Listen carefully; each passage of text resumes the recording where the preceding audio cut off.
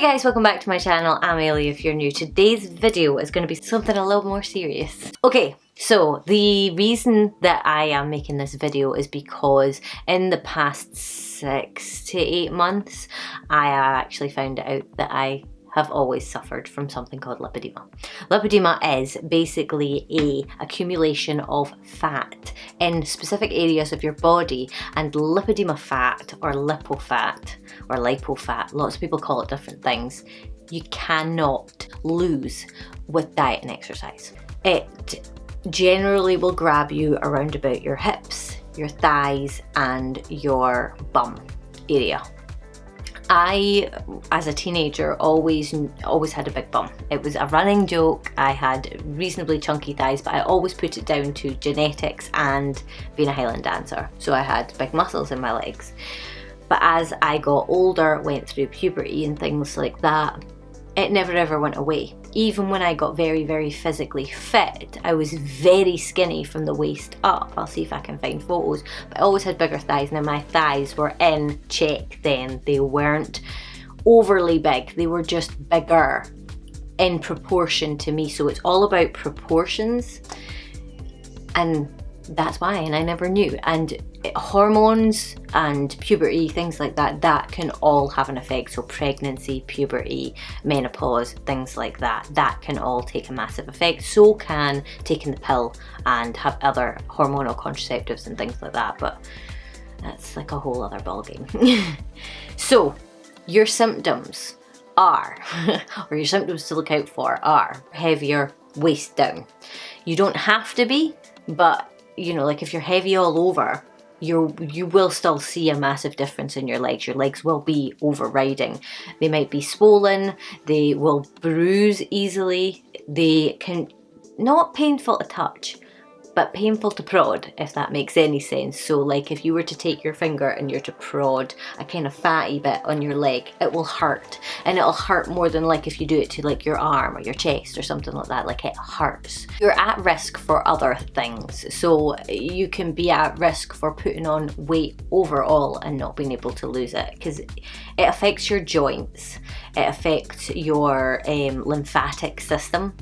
There are loads more, but I don't really want to go into that because I don't want to get it wrong. You can search it online, NHS websites and things like that, and there will be like WebMD and things like that where you can actually find information on it, like proper information on it. Your causes is it's genetic.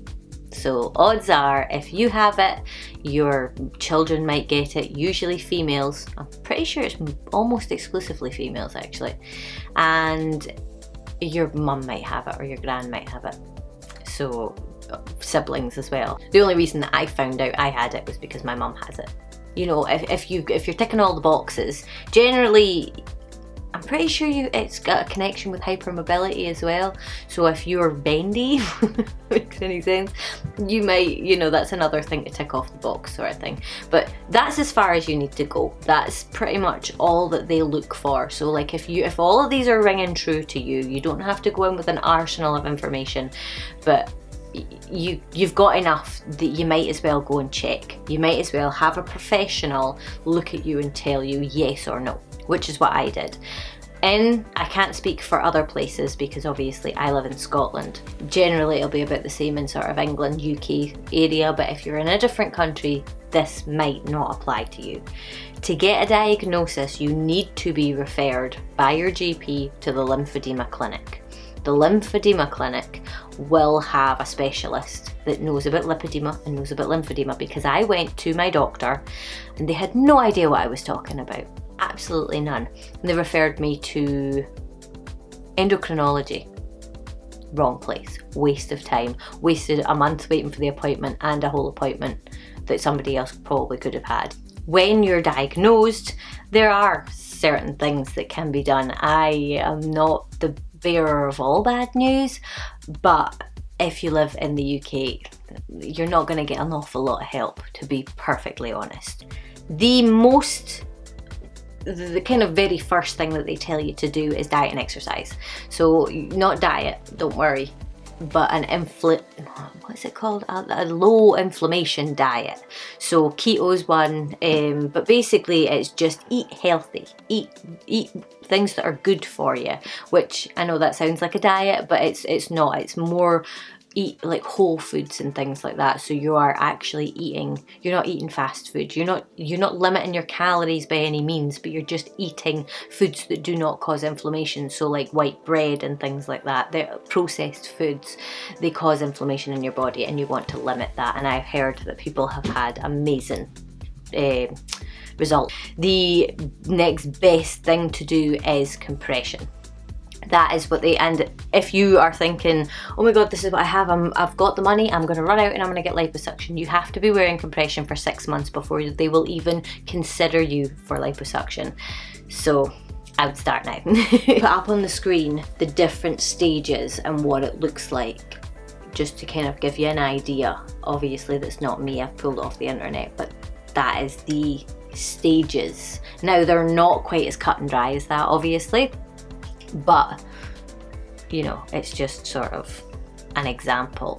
The skincare and dry brushing helps get rid of toxins, it helps move your lymphatic system and stuff like that, so that's why the dry brushing's good. I try and do it every day, but I mean honestly I probably do it a couple of times a week. And always wear your compression when you're exercising. So yeah, I really hope that this video has maybe helped somebody.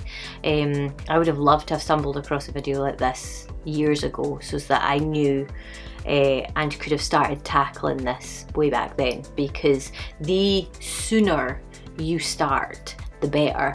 The one thing, which is probably not very nice to hear for some people, doctor actually said, it wasn't my GP, but it was the lipedema doctor, she said that things like pregnancy can have a very detrimental effect on somebody with lipedema. It can massively make it flare up. That is not to say that it will happen to everybody, but it can. So that's something to be aware of. So if you're armed with the knowledge beforehand, you can do all of your preventative measures before and during, so that you don't have to deal with it all afterwards. So there's that as well. I just wanted to get out there, and then maybe it can help at least one person know about this soon, so that they can do something about it. Then I'll be happy. So yeah, I think that's pretty much it. Obviously if you have any questions or anything like that, leave them in the comment section below and I will do my best to find out an answer for you. But apart from that, if you enjoyed the video, obviously I would love it if you would give it a thumbs up and subscribe, share it to anybody you think it might help, and hopefully I'll see you guys in my next video. Bye!